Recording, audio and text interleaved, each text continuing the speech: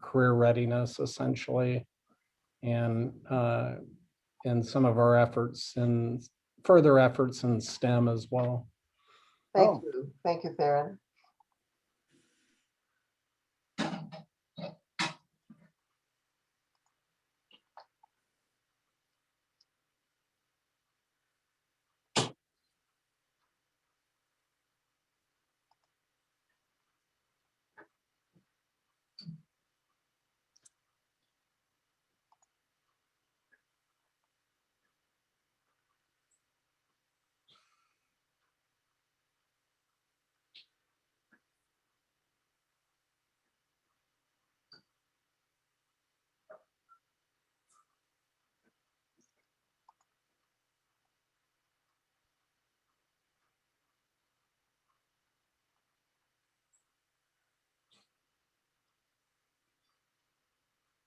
What time does your clock say, Mary? I think it's time. It does say 12:15. Okay. Didn't know if you had any stragglers that looked like they were trying to get in yet. So, How many are on the Zoom? usually we've been having around 40, so it's a good group. That's pretty good, Well, yeah. Let's open our meeting with a welcome to all of you who are here. It's great to see you. It's February 23rd, 2021, and we're glad to start the meeting. Dan Vellinga is going to open with the invocation and lead us in the Pledge of Allegiance. Thank you, Mary. Hello, Rotarians. If you would, please bow your heads with me. As we gather here today as members of Rotary, we pray that we are ever mindful of opportunities to render our service to fellow citizens and to our community, keeping in mind always the enduring values of life, exerting our efforts in those areas and on those things upon which future generations can build with confidence. We pray, let us continue to strive to make a better world. Amen. Now the Pledge of Allegiance. I pledge allegiance to the flag of the United States of America and to the republic for which it stands, one nation, under God, indivisible, with liberty and justice for all. Thank you. Thank you, Dan. Do we have any guests or student Rotarians here today?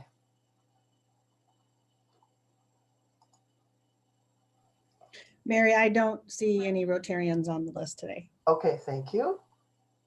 Any other guests? Okay, very good. Under announcements, as Paul was asking, we have regularly report on our attendance, and last week we had 41 people who attended by Zoom, so it was great to have everyone here. Happy news. I'm going to take this time to start out by giving a shout out to Dr. Schutte for receiving the Iowa School Board Association Award of Honor. He was one of only 7 in the state, and I was really proud that he's our superintendent and want to congratulate him as a fellow Rotarian for that recognition. So let's give him a round of applause. Thank you. And in addition, many, if not all of the school board members received the Team Achievement Award and some individual awards. So we have a highly recognized school board, and we're really proud of that. So thanks for all the good work you do every day. Is there other happy news that anyone wants to point out? Yeah, to Mary's point, it's just so critically important that our board is willing to model for our district their willingness to learn and grow and understand in order to best guide the direction that we're heading. So I'm just really proud of them for, I think, for the 3rd time in the 4 years that we've been eligible for it. They've achieved that and been one of 5 or 6 school boards across the state to do so. So it's quite a commitment for them to do it. I wanted to also say Scott Ferguson, who's the manager of our local Walmart store, has just been a tremendous partner to our school district since he came here a couple years ago. And most recently, he had reached out and asked the question that he already knew the answer to, if we'd be interested in having a lot of surplus school supplies as well as hand sanitizing wipes, little packets for like elementary age students. So I'm just very grateful for him being here, because it hasn't always been that way in terms of the community connection, I think. And there had been quite a revolving door of managers in the store, most of which didn't live in Marshalltown. So I'm just really thankful for his generosity and Walmart's generosity. Great. Thanks. More Mary, Mary, I Yeah. have a picture to share. I'm going to try and share it here. Larry Raymond sent me this, and he hasn't been able to come to our meetings, but I know he'll be back when we're able to meet in person, and when the virus gets a little more gone from the community. But he does keep in touch, and he sent me this morning and said one of his employees is in Iceland, and they were able to see the aurora. And this is the photo they took. It's just incredible. And that really is. Thank Yeah. you. And I'm glad he shared it. That's amazing. Thank you. Any other happy news? Okay, Todd, we're ready for the news. All right, good afternoon, everybody. The Marshalltown City Council set a public hearing date of March 22nd on the budget for fiscal year ending June 30th, 2022. Finance Director Diane Steiner presented an updated budget documents to the council during the meeting on Monday, which reflected actions that the council has made in recent weeks. Yesterday's meeting was Mike Laudihoff's first time serving on the council after winning the first ward special election less than a week ago. The Martha Ellentine Foundation has named Heidi DeLull as the new executive director. She will take over for Karen Gregory, who retires at the end of May. Heidi will begin her new duties on June 1st. Fire did strike a 6-story building on the Iowa State University campus yesterday morning. The fire at Ross Hall was reported just after 6 a.m., and the Ames Fire Department had it extinguished by 6:45. Now, ISU officials say the fire started in a custodial closet on the first floor. A move to withhold state funding from cities and counties that cut budgets for local police and law enforcement has cleared initial review in the Iowa Senate. Now, Robert Palmer of the Iowa League of Cities said the bill is unnecessary intrusion into local decision-making. Palmer suggested it may prevent towns from entering into less expensive regional agreements for police or sheriff's departments' protection. The Iowa Peace Officers Association and the Iowa State Sheriffs and Deputies Association are registered as undecided on the legislation. A similar bill is being considered by a House subcommittee early this morning. Finally, a guy is late for a very important meeting, but he can't find a place to park. So in desperation, he begins to pray. Please, Lord, if you help me find a parking spot right now, I promise to go to church every Sunday and never drink vodka again. A moment later, he sees a beautiful empty parking spot right next to the entrance. He looks up to the sky with a smile on his face and said, "Never mind, I found one."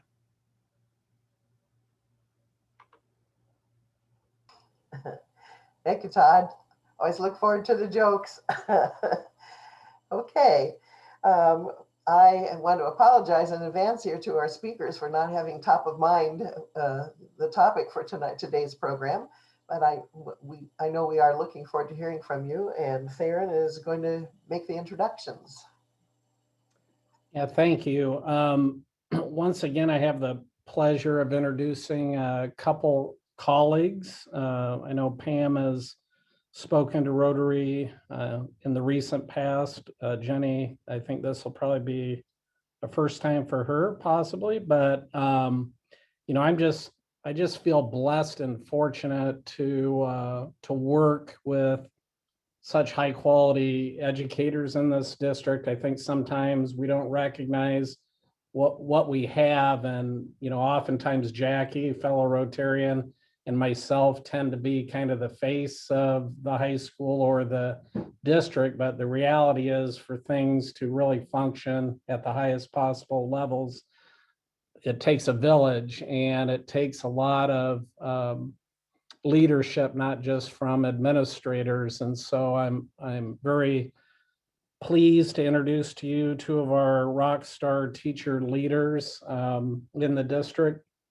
One is Pam Brewer Michael, who started in the district in 1998 as a science teacher, I believe, at the high school. I know she served for a period of time as a dean of students and was also, I think, maybe a literacy coach or teacher leader before assuming her current role and the role that she's had since the inception of the teacher leadership and compensation program for our district, which is she serves the secondary 7 through 12, so Miller and the high school, as a curriculum and professional development leader across all core subject areas, and has an obvious passion for STEM and has been a great partner with our career readiness efforts, knowing that many of those jobs and careers are in STEM related fields. Unfortunately, and fortunately for Pam, she's announced her retirement effective the end of the school year. So we're very happy for her, but it's bittersweet because she will be difficult shoes to fill for sure as we seek a replacement for the next school year. Jenny Allen also has been with the district for about 21 years as a high quality teacher and then an instructional coach at Lenahan Intermediate School. And then most recently, she's moved into the role that was vacated due to the retirement of Dee Burt as our district curriculum and professional development leader for college and career readiness. So she is engaged with our teachers at all levels, pre-K through 12, in trying to move forward our career development plans and our Bobcat Ready career readiness initiatives. So it's been an interesting time for Jenny to enter into this new position with COVID, but COVID hasn't stopped the wheels turning as it relates to our continued thought processes and development of things that will help bring career readiness to Marshalltown Community School District students. So I'm pleased to introduce these two. Are going to talk about some of our most recent initiatives. Awesome. Thank you, Theron. I do have to say that for my first Rotary meeting, I'm a little disappointed because I keep hearing about these great lunches you guys have, and I feel like I'm kind of missing out on that. But hopefully we'll get to read in person and I'll be able to come and join you in person sometime. So Pam and I would just like to thank you for having us today. We're so excited to share some of the things that we've been doing at Marshalltown Community School District to help move Bobcat Ready forward. And we know here at Marshalltown that students learn in a variety of ways, and at which they should be able to demonstrate their readiness for life in high school, in a life after high school in a variety of ways. At Marshalltown, we understand that to gauge a student's readiness for life after high school, we need to look beyond their standardized test scores. And that's exactly what Bobcat Ready is helping us do. I know many of you are probably asking the same question I asked when I took this role. What does it mean to be Bobcat Ready? Well, being Bobcat Ready means that a student has demonstrated that they're college, career, and life ready. Being college ready is more than just the content knowledge that you need and skills they possess in math and in English. Readiness in these two areas, reading and math, is not enough to be college ready. Being college ready actually means being ready for any post-secondary education or training experience.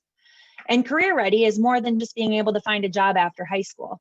It means that a high school graduate has the knowledge and skills established to be successful in any career that they choose. Being college and career ready ultimately means that students are prepared for their next steps, that all doors remain open to them as they continue to pursue their education and their careers. It's more than just graduating from high school and being ready for any job. The bottom line is that today all high school graduates need to be prepared for some post-secondary education and or training if they're going to have options and opportunities in the job market.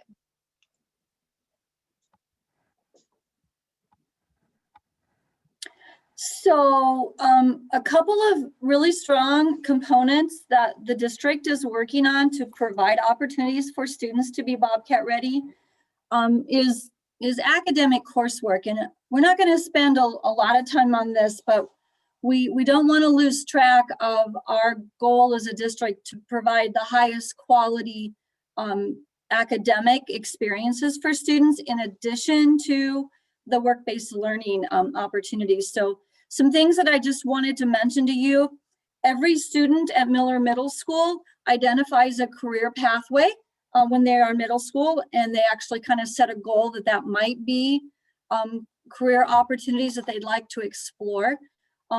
Students always have the opportunity to change their pathway. They're never locked into one plan, but we are seriously talking with our middle school students about so what's after you graduate from high school, what's next.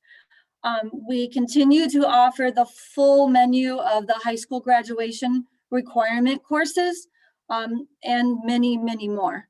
We do more than just meet the minimum offer and teach requirements by the state. I'm sure you're familiar with our collaboration with Marshalltown Community College and the huge variety of dual credit courses our students can complete either on campus at the high school, or they can travel to MCC, whichever works best, and how those courses are offered. The last count that I saw was over 3,500 college credits per year that our students are earning. We also have great opportunities in the career and technical education courses that begin in high school, and then kids can just transition on to MCC. I'm thinking things like welding and construction, early childhood education, just to name just a few. We also offer a very large menu of advanced placement coursework.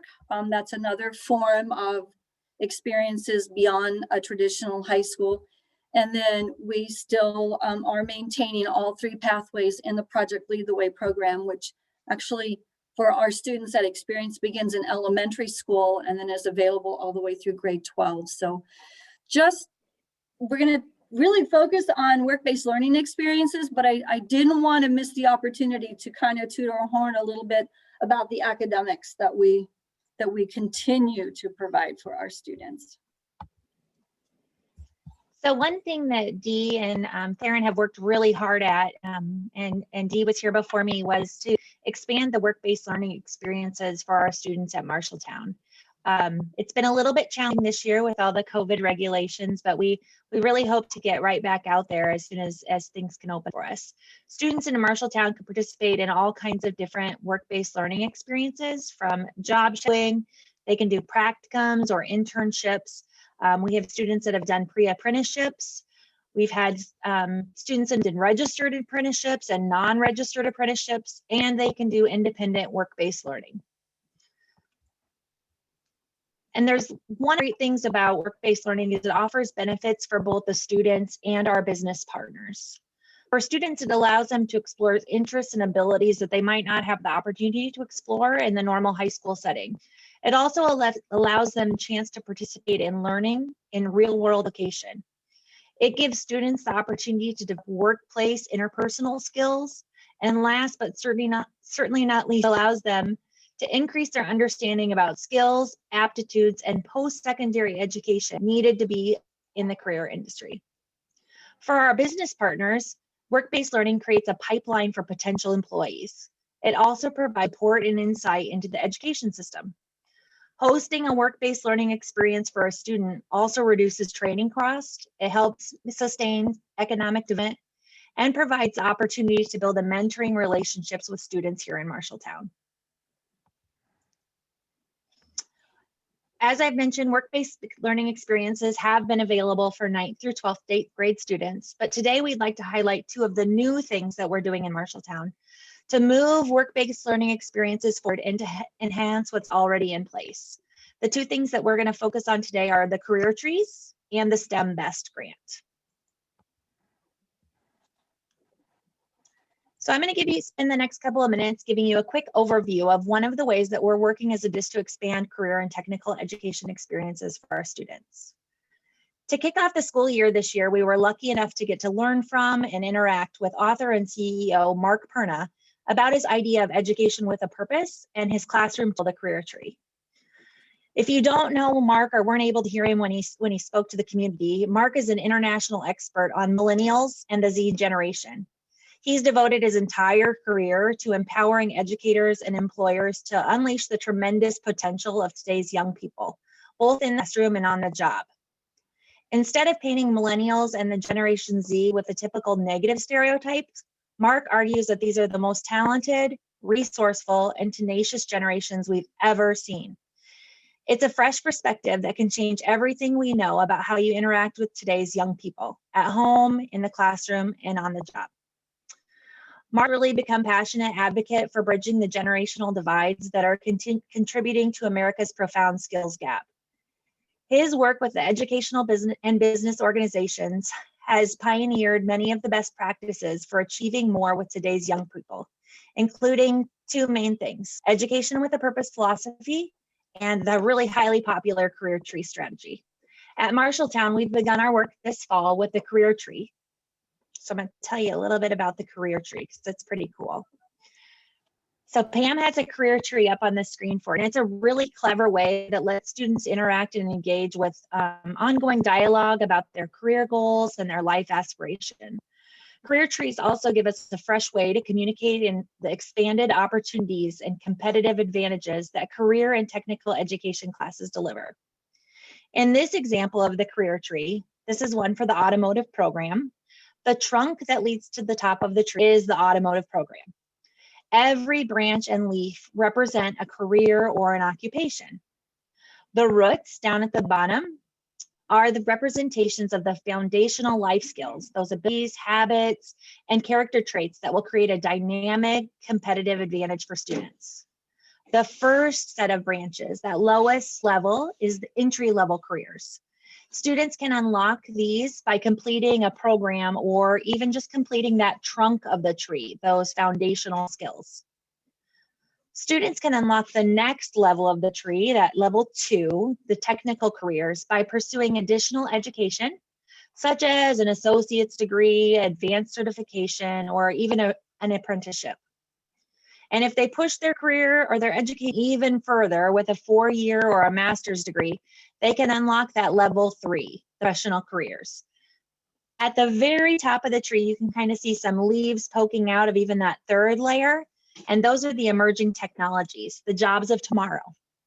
And while education is the primary key to unlock each of the levels of the tree, time and work experience gained in a particular career may also equip a worker for a position at another level.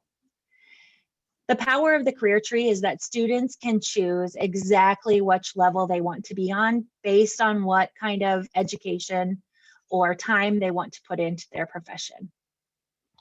On the next slide is an example of a career tree that we've developed here in Marshalltown. So in this one, our teachers have worked to partner with have worked to develop a career tree. We are also working with our community businesses to recognize and promote local employment opportunities while including some global opportunities in there as well. So these trees developed by our teachers will soon be seen around Marshalltown High School and the Marshalltown Learning Academy. We're really excited to get these up and start letting students interact with all the different careers that are available to them. Jenny, can I add that Marshalltown Community College or Iowa Valley Community College District is also partnering with us to help sponsor these career trees, and Jackie and her team have worked purposely to create career pathways that also connect to the MCC programming. But we're always interested in additional sponsors. And I think right now the biggest one we're looking for is in agriculture.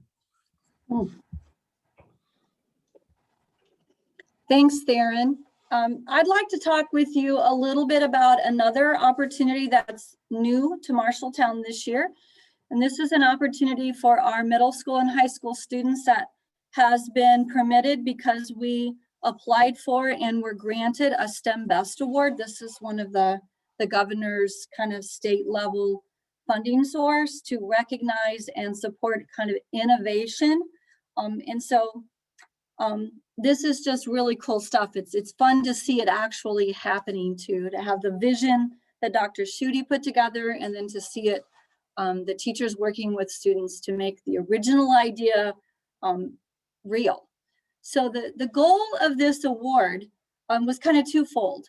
One goal is to provide students to strengthen a career pathway in video production. So we've had some video production classes at the high school that maybe haven't had the equipment that has been as robust as we might have liked. And so funds from this award has helped to strengthen that video career experience for kids. We also were able to add a video production module at the Miller Middle School Mod Tech programming.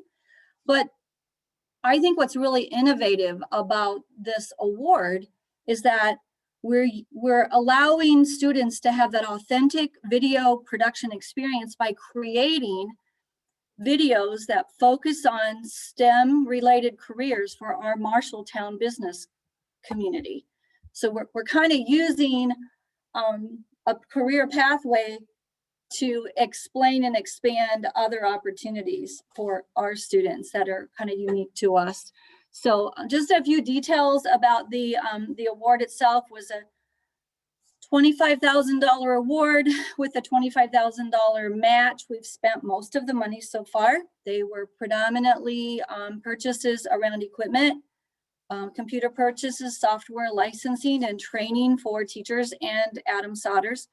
We also wrote this grant for there to be an experience for students to work with someone who's working in a related career field. We had scheduled field trips for students. Those have become virtual this year. The district match is actually a match with time. So salaries is how we were able to match our commitment to the award. We were notified in August, just right as school was starting.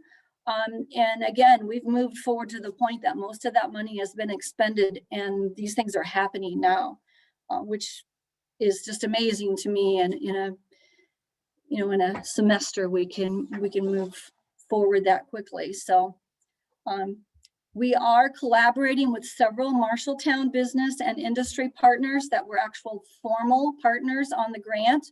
But moving forward, we will be looking for more business partners to come in so that we can highlight careers and create videos to add to our video library.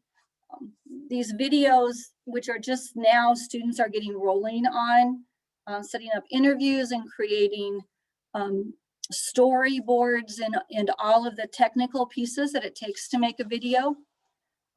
Year one, we have been building teacher capacity and building Adam Sodders' capacity to work with students. He's been going into classrooms and teaching interviewing skills and talking about workplace readiness skills. And then again, we've purchased quite a few things here. Second semester, which is where we are now, high school students will be contacting business partners to learn from and research the STEM related careers that are available. And they're going to do all the planning and filming, which this spring is going to be it's going to be virtual, which was not our original plan, but we're not letting the pandemic slow this down. Then they will package and distribute these career focused videos. The videos will be available to our middle school and high school students. They're going to be a part of the kind of ongoing Bobcat Ready and Career Ready work we do with students. We will also make them available to the community and to parents.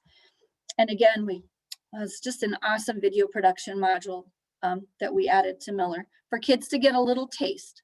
Is this something that they might want to learn more about? So moving beyond the actual funded portion of the grant, this is definitely an ongoing part of the way we do business now. The teachers intend to keep the video projects as part of the existing courses. It's not going to be just do it during the length of the grant. It's going to become part of what's happening, which is, again, just awesome. It's going to be embedded going forward. Whoops. Let's see. Trying to think of anything else you might want to know about this STEM Best grant. This is not the first grant the district has received from STEM Best. This is actually the second. The MLA building a couple of years ago applied for and received a grant too. So we're doing pretty good out of the few numbers of grants that are awarded statewide to grab a couple of those. So we're kind of at the point of the presentation. If you had questions or you have questions that you'd like to ask of Theron or Jenny or I, this is the perfect time to do that. So I'm going to stop sharing my screen. And if there's anything you think we might be able to answer, just come off mic and throw it at us. We'll see what we can do.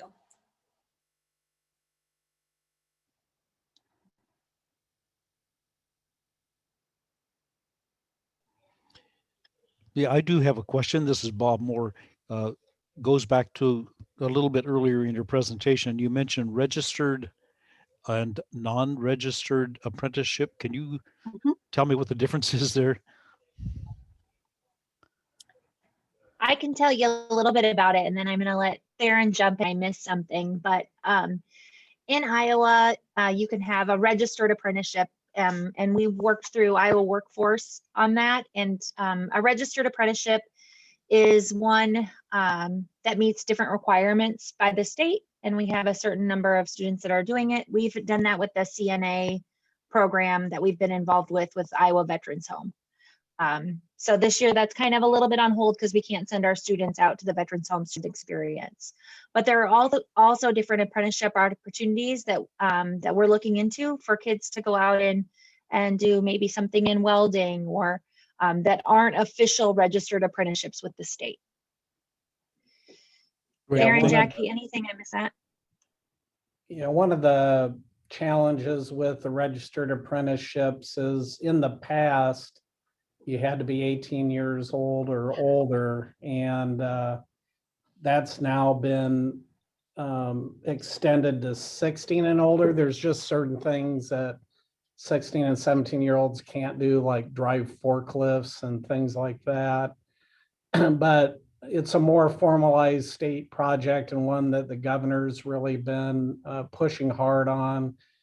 We recently developed a registered apprenticeship in meat cutting in partnership with Fairways. So that a big part of why we introduced ag, which Jackie's been wanting to do for some time, was to provide the necessary coursework in animal science as it relates to that meat cutting apprenticeship. So we have an intro to ag, and we have a meat or animal science, and our hopes in the future will be to continue to expand the program offerings, assuming that we have the student interest, which I think we will, in order to do that. As far as informal goes, we've basically said to local businesses that we're willing to work with them to develop anything really that would be mutually beneficial. So from our end, it's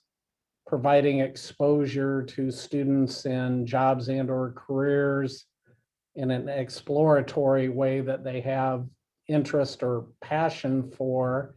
And on the business end, it could be, the benefit could be, number one, getting hooks into kids that have passion and interests, and number two, providing them with developmentally appropriate job duties that they could do to assist. At a bare minimum, we would provide high school credit by meeting certain proficiencies and doing that. We also, can do pre-apprenticeships. Alliant Energy's been a great partner in thinking outside of the box and how to engage kids at a younger age versus waiting till they're 18 to get them exposed to and possibly interested in the great jobs and careers that are available through Alliant. And what better place to do that than the home of their statewide training center. So Lori Wildman and Carla Gall and Amanda Akala, who's one of our Rotarians, have been instrumental in helping that, because everybody's realizing that they've got a lot of retirements coming their way, and in some way, shape, or form, through MCC, through Marshtown Community Schools, we need to figure out ways to connect kids that have interest and passion in these sorts of things so that they can fill their employment pipelines. Thank you.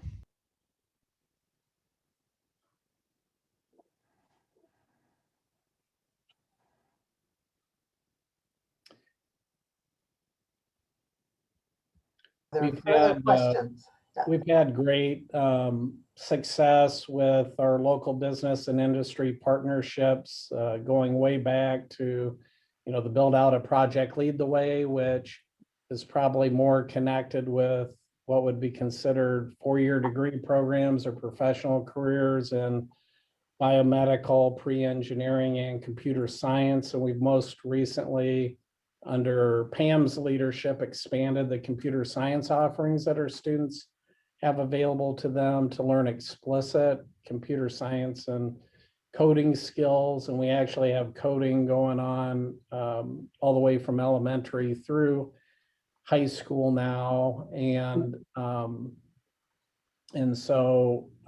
But we also are very cognizant of the fact that a lot of the jobs that are good paying jobs that are available here in Marshalltown don't require four-year degrees. They may require endorsements or certifications, or maybe a one-year vocational type program or a two-year degree. And so part of our challenge is convincing parents that it's okay if their kids want to pursue something that doesn't require a four-year degree. I think we went through about 2 decades of brainwashing through No Child Left Behind that anything less than a four-year degree was something less than, which is so far from the truth. And it unfortunately provided a great disservice to many of our students who kind of got caught in the middle.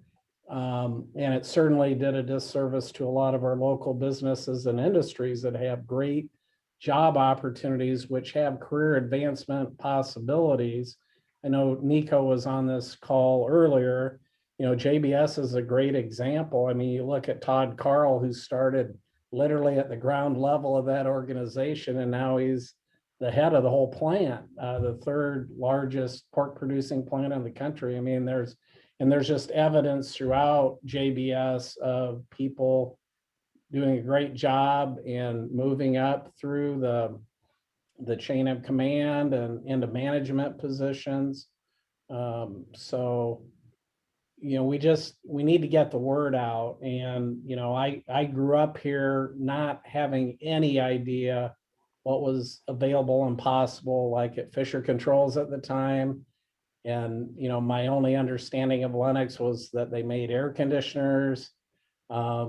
When I thought of the hospital, I just think of doctors and lawyers. There's 50 different jobs at least at Unity Point or at our clinics, that many of which don't require a four-year degree, and they're great jobs with livable wages attached to them. So we need to do a better job of educating both our kids and our parents about what all these possibilities are, in hopes that it helps kids connect with something that they feel like they've got the knowledge, skills, talents, and attributes in order to achieve.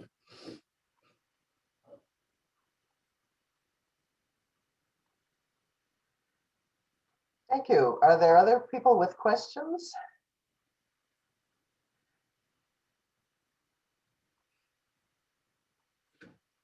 Well, if not, we thank you again for an interesting program and for being with us today. Our next week's program will be given by Courtney Palmersheim, who is with the Access Assault Care Center. So you'll want to be sure to join us again next Tuesday. We'll close by reciting the four-way test. The four-way test of the things we think, say, or do. First, is it the truth? Second, is it fair to all concerned? Third, will it build goodwill and better friendships? And fourth, will it be beneficial to all concerned? I now declare today's meeting of the Rotary Club of Marshalltown adjourned. Have a great week.